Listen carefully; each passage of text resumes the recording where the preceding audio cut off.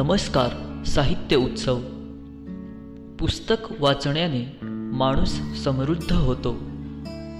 विविध लोक विविध पुस्तकांच्या शोधात असतात. अशा लोकांसाठी साहित्य उत्सव घेऊन येत आहे पुस्तक जत्रा. यामध्ये पुस्तकाचे समीक्षण, परीक्षण आणि मूल्यमापन केले जातं. साहित्य उत्सवची खास प्रस्तुती पुस्तक जत्रा. ऐकायला विसरू नका. पुस्तक जत्रा. साहित्य उत्सव या आपल्या समूहावरील सर्व साहित्यप्रेमी बंधू भगिनींना हरीश मुन्नेचा सस्नेह नमस्कार. मी आज पुस्तक जत्रा या आपल्या कार्यक्रमात एक नवीन पुस्तक आपल्या भेटीसाठी आणलेलं आहे. या पुस्तकाचं नाव किंवा शीर्षक आहे हिटलर. या पुस्तकाचे लेखक वी.स. वाळिंबे. हे पुस्तक अर्थातच ॲडॉल्फ हिटलरच्या जीवनचरित्रावर असणारं हे पुस्तक आहे. आपल्याला जे इतिहासात शिकवलं गेलं आहे ते आपण शिकलो, पण त्या पलीकडेही हिटलर नावाचं एक प्रस्थ होतं. त्यातही काही चांगली गुणही होते. याबद्दल आपल्याला फारसं ज्ञान दिलं गेलं नाही आणि जे आपल्याला शाळेत शिकायला मिळालं नाही किंवा इतिहासात शिकायला मिळालं नसेल ते कदाचित या पुस्तकातून मिळण्याची शक्यता नक्कीच आहे. अशा प्रकारचं हे पुस्तक आहे. वाचनीय पुस्तक आहे. मध्ये मध्ये वाचनाचा कंटाळा येऊ नये याची खबरदारी लेखकाने नक्कीच घेतलेली आहे. हिटलरचे काही व्यक्तिगत संवादसुद्धा यामध्ये त्यांनी घालून पुस्तक रोचक करण्याचा प्रयत्न केलेला आहे. अर्थात सगळंच कल्पनेवर आधारित नक्कीच नाही, पण जिवंतपणा जर तिथे दाखवायचा असेल तर कधीकधी थोड्या थोड्या कल्पना तिथे पेराव्या लागतात आणि जोपर्यंत रांगोळीमध्ये वेगवेगळे रंग भरले जात नाही तोपर्यंत ती रांगोळी आकर्षक वाटत नाही. अशा प्रकारे हे पुस्तक खूपच छान असं वर्णनात्मक तयार झालेलं आहे आणि म्हणून हे पुस्तक वाचनीय आहे असं मला वाटतं. यातल्या घटना बहुतांशी सत्य आणि त्याच्या जीवनाशी निगडीत असल्यामुळे त्यात कल्पनाविलास असा काही नाही.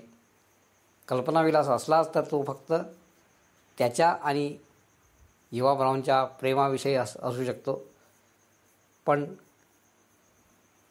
तोही संवादात्मक, बाकी घटनात्मक नाही. असो, हिटलर. अलॉईज याला 5-6 मुलं झाली. त्यामध्ये ॲडॉल्फ हिटलर आणि अलॉईज ज्युनियर हे दोघं मात्र वाचले जाते. अलॉईजच्या मृत्यूनंतर 25 क्राऊन ॲडॉल्फला मिळत असत. हा ॲडॉल्फ शाळेत त्याला कुठलीही गती नव्हती. त्याचं लक्ष शाळेत लागत नव्हतं आणि बंडखोरी किंवा एक वेगळ्याच विश्वात रममान होणारा हा ॲडॉल्फ. पण त्याला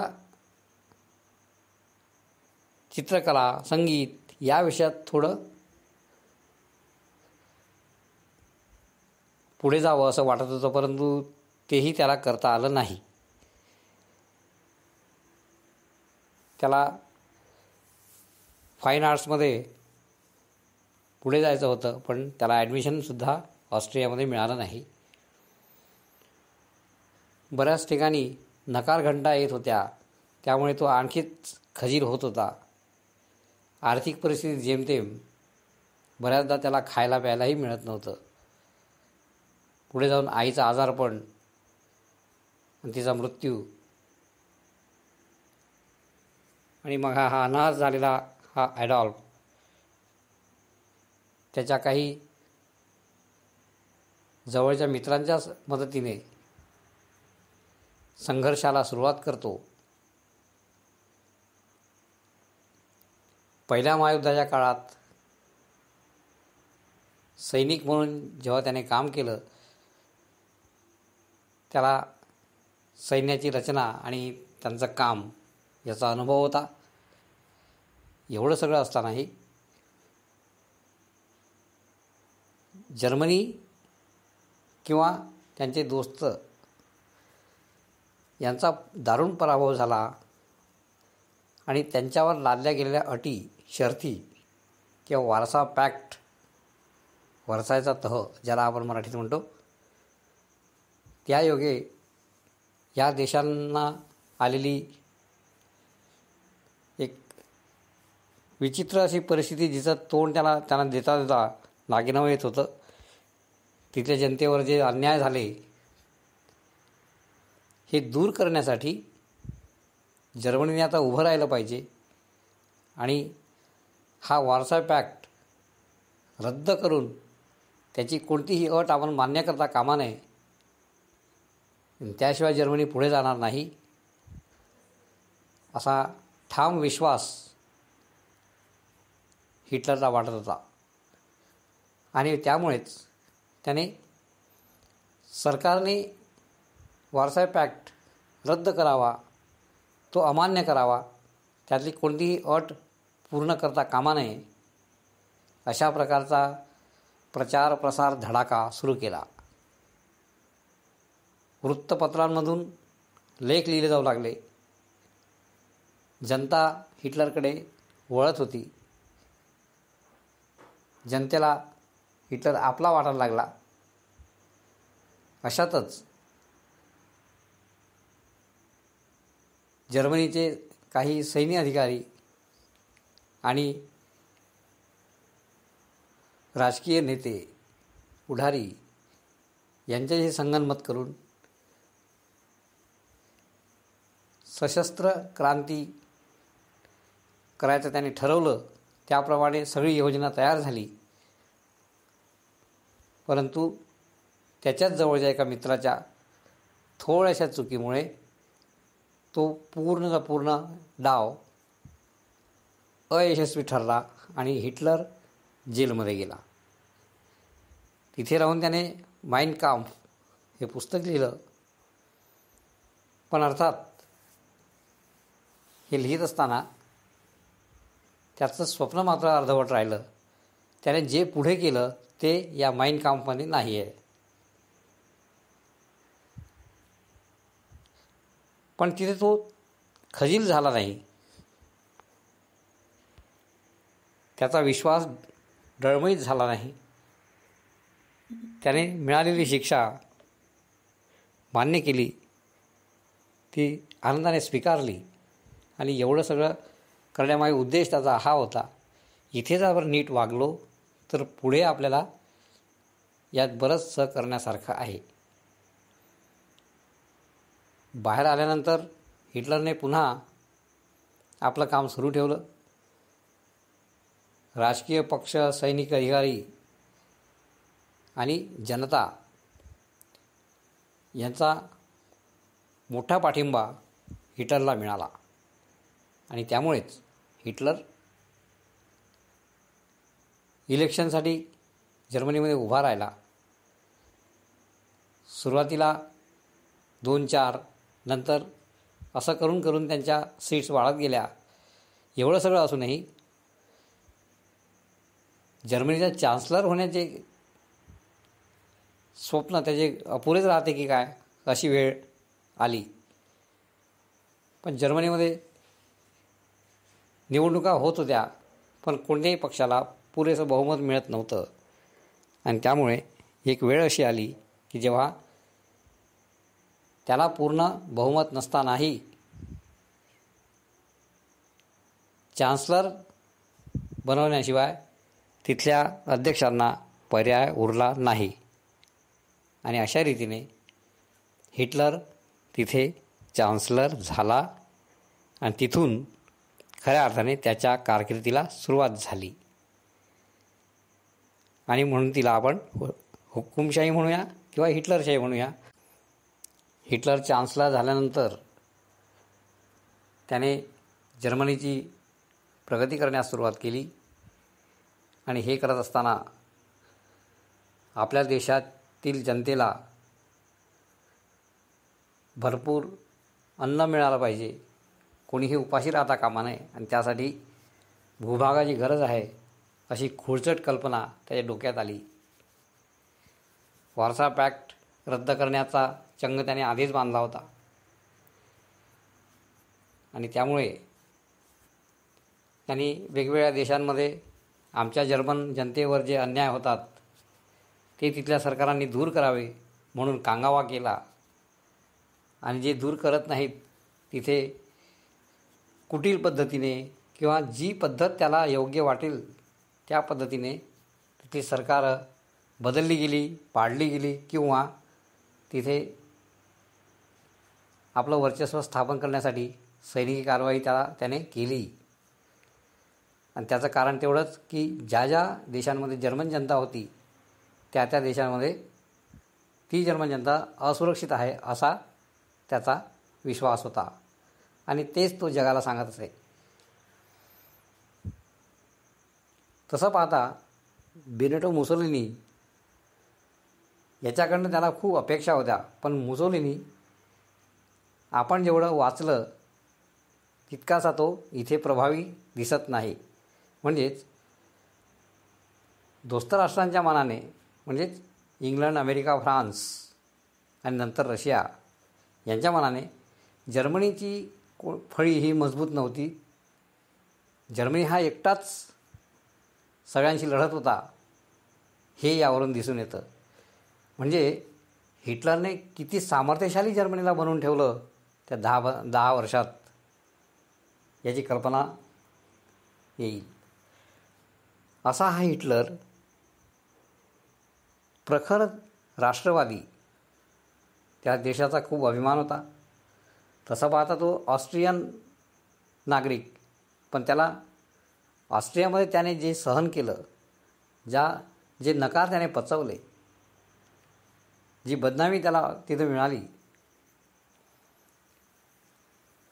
आणि त्यामुळे त्याने ऑस्ट्रियन नागरिकत्व नाकारून जर्मनीचं नागरिकत्व घेतलं आणि त्याने आपलं आयुष्य पूर्ण जर्मनीला दिलं.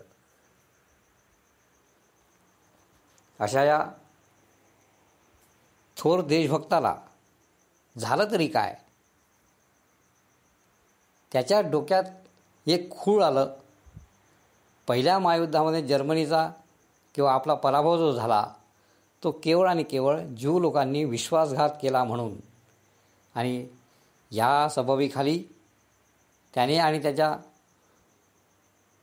सवंगड्यांनी जगातील सर्व ज्यू लोकांचा जो छळ केला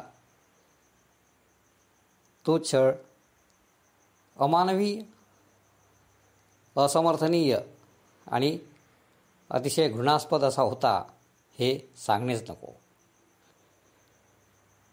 पण हे असतानाही शस्त्रास्त्रांची निर्मिती, औद्योगिकीकरणाला चालना आणि जर्मन जनतेचा बनलेला हिटलर ताईत या गोष्टी जर पाहिल्या तर असं लक्षात येईल की जनतेला जे हवं होतं तेच त्याला हवं होतं आणि जनतेला जे हवं होतं तेच त्यांना मिळवून देण्याचं वचन दिलं आणि त्याप्रमाणे तो वागायला सुरुवात करतो. एका हाती सत्ता आली तर माणूस अनिर्बंध होतो हे आपण म्हणतो. त्याने मात्र सांगितलं की डिसिजन्स घेण्यासाठी वेळ लागत नाही. आणि अशा पद्धतीने त्याने पटवून सगळी सत्ता हळूहळू स्वतःच्या ताब्यात घेतली आणि तेही जनतेला आणि त्याच्या लोकसभेला तिथल्या विश्वासात घेऊन.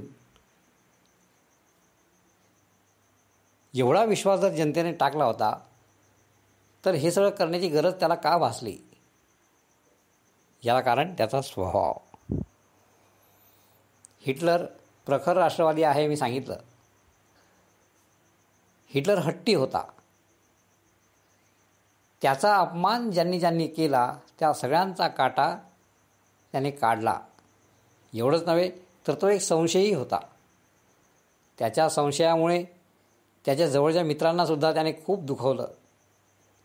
खूप लोकांचा बळी त्यात गेला. अगदी जवळचे मित्रही त्याला गमवावे लागले. आणि हे करत असताना हिटलर हा करारी होता. त्याने एखादी गोष्ट ठरवली ती व्हायलाच पाहिजे. तिला कोणी विरोध केलेला त्याला पटत नसे. राईनलँड, पोलंड, झेकोस्लोवाकिया, ऑस्ट्रिया इथे सत्तांतर झालं. जर्मनीच्या विश्वासातलं सरकार तिथे आलं.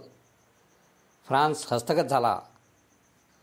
इंग्लंडवरती हल्ले करायची वेळ आली. हे सगळं असतानासुद्धा रशियाबद्दल त्याचा जो अंदाज होता तो मात्र सपशेल चुकला. आणि त्या चुकीचा परिणाम शेवटी फार विचित्र पद्धतीने झाला. हा स्त्रीलंपट नव्हता हे विशेष. त्याच्या काही ठराविक वैशिष्ट्यांमध्ये तो स्त्रीलंपट नव्हता. तो स्त्रियांपासून नेहमीच दूर राहिला.